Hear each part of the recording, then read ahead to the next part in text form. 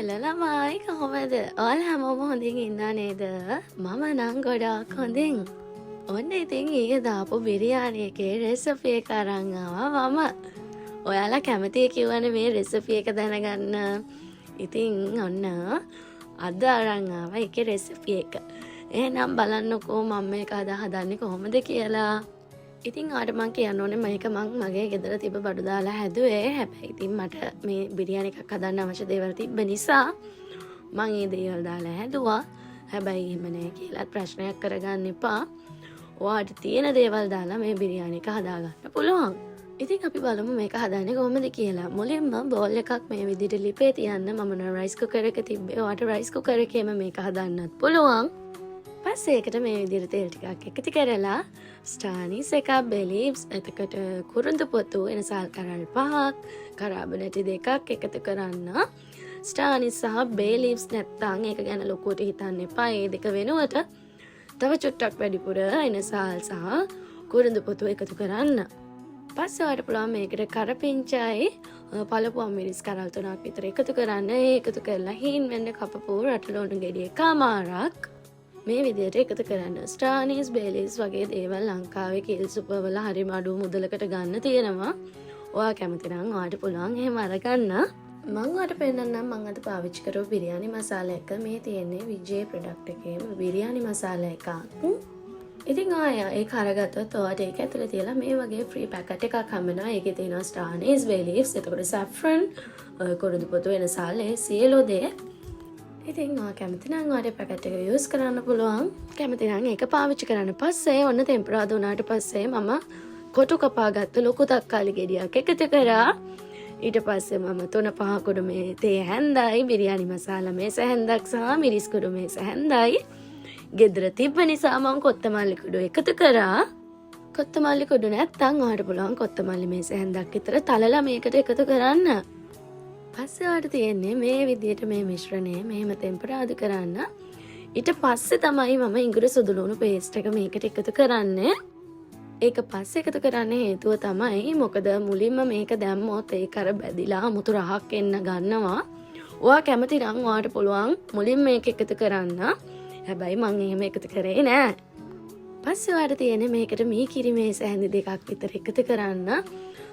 මම ඉතින් මේකට මීකිරි කියන්නේ මේ තියෙනවා යෝගට් එකක්.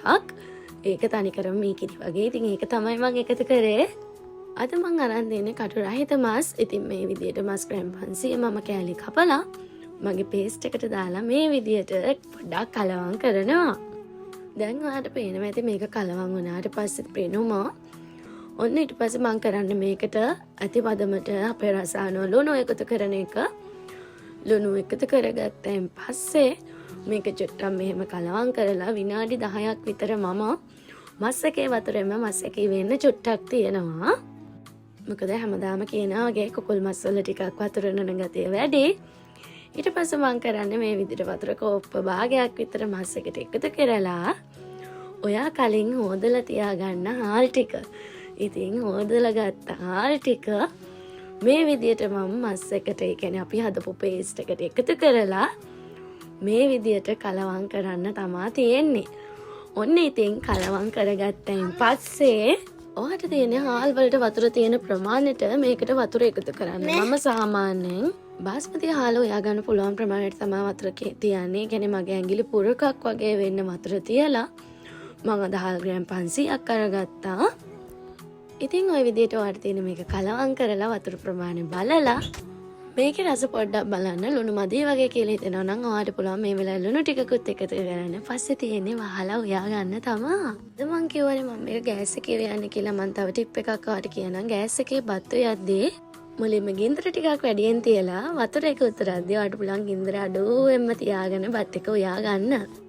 පස්සේ ඔන්න ලුණු බෑවක් විතර මේ විදිහට බදලා මම මේ බත් එක උඩින් එකතු කරා. පස්සේ මම ළඟ කජු මුද්‍රාස් පලන් එහෙම තිබ්බ නිසා මම ඒවත් බදලා ගත්තා. ඔයාට ඒ දේවල් නැහැ කියලා ලොකුවට හිතන්න එපා. මේක එකතු කරා කියලා ඉතින් රසයේ ලොකු වෙනසක් වෙන්නේ නැහැ. අද කොත්තමල්ලි කොළ, මින්ට් කොළ මුකුත් මම ළඟ තිබ්බේ නැහැ. ඉතින් මම ඒව එකතු කරේ නැහැ අද. ඔයාට තියෙනවා නම් අර චිකන් එක හදාද්දිම ඔයාට ඒ දෙකත් එකතු කරන්න පුළුවන්. පස්සේ බත් එක ලස්සන වෙන්නත් එක්ක මම මේ විදිහට රතු පාට ෆුඩ් කලරින් බින්දුවකට වතුර චුට්ටක් දාලා මික්ස් කරගත්තා. කහයි තැඹිලි මේ පාට තුන අරගෙන මම මේ විදිහට වතුර චුට්ට දාලා හදාගෙන බත් එකේ තැනින් තැනට දාලා පියන වහලා අඩුම ගින්දරේ කියන්නේ බින්දුවේ තියලා තව චුට්ටක් උයා ගන්න. ඉතින් මං උයලා ඉවරයි බිරියානි එක. මේ තියෙන්නේ මං හදපු රසවත බිරියානි එක. ඔයාට තියෙන ඊට පස්සේ මේක චුට්ටක් මේ විදිහට කලවම් කරලා චුට්ටක් නිවෙන්න තියන්න. ඉතින් ඔයා ෆුඩ් කලරින් පාවිච්චි කරන්න අකමැති කෙනෙක් නම් එකතු කරන්න එපා. මම බත් එකේ ලස්සනට තමයි මේක එකතු කරේ. ඔයාට සැෆ්‍රන් තියනවා නම් එකතු කරන්න.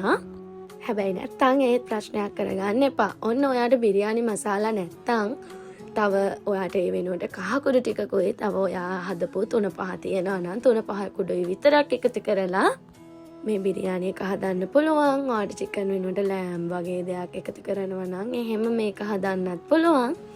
ওই විදියට තමයි ඉතින් අද මම බිරියානි එක හදලා ඉවර කරේ. ඔයත් මෙහෙම හදන්න කැමති කෙනෙක් නම් හදලා මටත් රස කියන්න අනිවාර්යෙන් ෆොටෝ එකක් එවන්න අමතක කරන්න එපා. අද වීඩියෝ එක ටිකක් දිගයි. හැබැයි පිළිවෙලට කියා දෙන්න ඕන නිසා වීඩියෝ එක දික් කරේ. කවමනත් කමන්න හැමදාම වගේ වීඩියෝ වලට ලයික් කමෙන්ට් කරනවට ගොඩාක් ස්තුතියි. එහෙනම් හැමදාම වගේ ඔයාලා හැමෝම සතුටින් පරිස්සමෙන් ඉන්න. ටටා.